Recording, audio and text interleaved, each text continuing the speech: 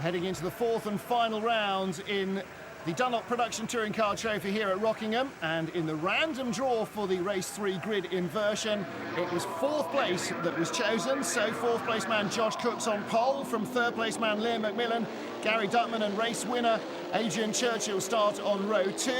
And again, not great starts from the Astras. The McGann leaping into the lead, and the Seats also getting away very well indeed. On board with Adrian CHURCHILL, and he was jumped as well by Joe Girling. So CHURCHILL unaccustomedly down the field. Josh Cook leads from Liam McMillan. Again, McMillan in the red and yellow Seat Leon, very wide in the first corner, and again not paying off for him. You'd think he'd be learning from history. On board, moving up the inside for second place. This is a great view from Gary Duckman of the pass between the two Seat drivers. Now that's how they finished in the races so far, second and third in that order. Joe Girling's in fourth as they chase Josh Cook in the Renault Megane. Now can Cook make a break here as everybody squabbles behind? That would be ideal for him. Winner of race 2 at Silverstone, the last of the day there, and has not stood on the top step of the podium since. In fact, podiums have been hard to come by, with the dominance of the Seat Leon and the Vauxhall Astras that now all give chase.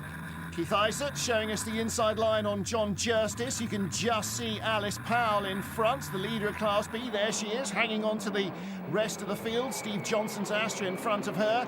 As you see, the third place man, Liam McMillan, chasing the yellow and blue Seat of Gary Duckman, and the man who leads this race, the blue Renault Megane of Josh Cook. Once more on board behind Tom Carnaby.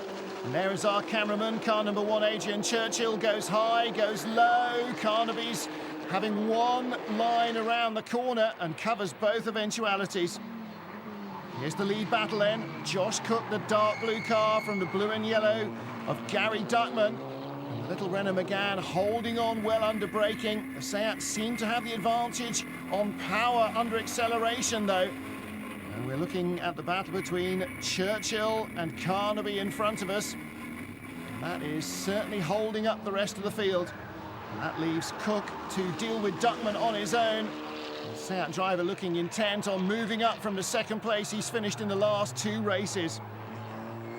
There is another Seat going through, Liam McMillan ahead of Joe Girling. And this battle here, Carnaby in 2 and CHURCHILL in 1. It's the first time this weekend they've been close to each other. CHURCHILL can't find a way by. Now he's got a decent points lead, 7 wins already this season. And the question is, how patient will he be? Oh, just gets a little run going, a tiny tap on the inside. Oh, and down comes Carnaby. And Carnaby's trying hard to close the door, but unfortunately, there's already a car fully alongside him. So now he's going to have to go with plan B. He goes sweeping around the outside as a lunge for the lead again. Fails to pay off for Gary Duckman. There's Liam McMillan in third. Joe Girling right behind him in fourth. And that mistake by Duckman, as in race 1, here with CHURCHILL, has let the leader off the hook. Well, race 2 of the weekend, but Rockingham race 1. CHURCHILL still battling with Carnaby, and a big thump there. Well, really got heavily into Tom Carnaby's door. Well, I'm sure the stewards will want to have a look at that. CHURCHILL's car chattering away. He split the front under tray away, and bits of it fly off in front of Dan Malone. On board once more with CHURCHILL, under braking at the hairpin. Contact there. Well, he got onto the curb, that just bounced him a little wide. He was certainly trying to turn inside. Here again, trying to turn inside, but that was very clumsy, over-ambitious. Tom Carnaby turning in to the apex. CHURCHILL is out. He's lost the splitter at the front of the car. Meanwhile, on board once more with Tom Carnaby, and he is chasing Maurice HAYDEN.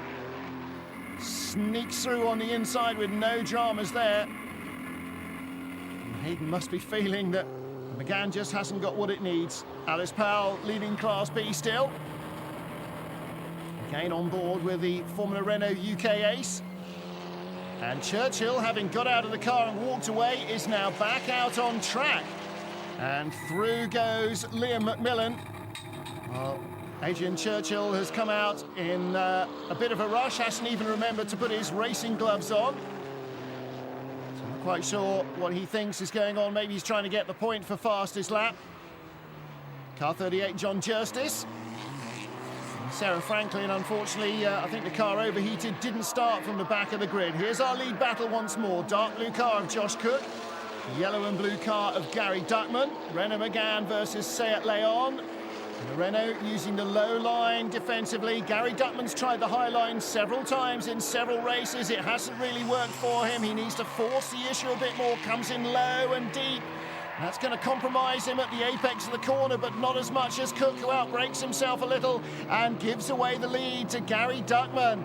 And that might be a telling moment, because the Seats seem to have the pace to run away from the Renaults. Now, whether he can do that in the next couple of corners or not remains to be seen. The Renault seems to have the nimbler chassis on the tight and twisty stuff. Oh, a little bit of understeer creeping in there with Josh Cook, though. Got off line onto some of the loose. And this might be enough for Gary Duckman. If he can get onto the banking in front, I think he'll pull away. Josh Cook may have seen the lead depart him. And there is the orange car of Dan Malone. And behind him, Tom Carnaby. And there is Maurice HAYDEN. 28 machine of Steve Johnson. Sounding a little rattly, but ahead of Alice Powell. And she is heading now to win number 4 from 4 starts in saloon cars. Let's hope that luck rubs off on Formula Renault for her. Out of the final corner, Gary Duckman, Josh Cook giving chase. But it's Duckman heading to the checkered flag and win number 2 of the weekend and of the season. He looks delighted with that. Well, Josh Cook taking second, the red and yellow flash there. Liam McMillan in third in his Seat Leon ahead of Joe Girling. And Maurice HAYDEN in his Renault also chasing a Seat to the line, and that's the car he's chasing. That's Dan Malone. Well, confirmation of the result then. Gary Duckman win number 2 from Josh Cook and Liam McMillan. Yet another 3rd place at Rockingham. Gary, great race 3 for you there. You were following Josh there, and then you made the move. Yeah, I tried it earlier on and went wide and went over the grass, and then I thought it was damage limitation. I just drove it as steady as I could and managed to reel him back in and left it.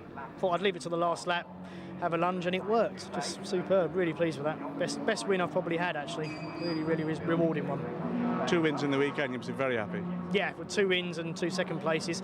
Don't think Adrian did very well in the last round either, so yeah, it's a good sort of result for me for the championship, because I think everyone's saying I'm second, and obviously with him having a bad finish, it gives me more impact into him, so always good. Well, the lead gap is now down under 20 points between Churchill and Duckman, but look how close it is behind. Fantastic stuff.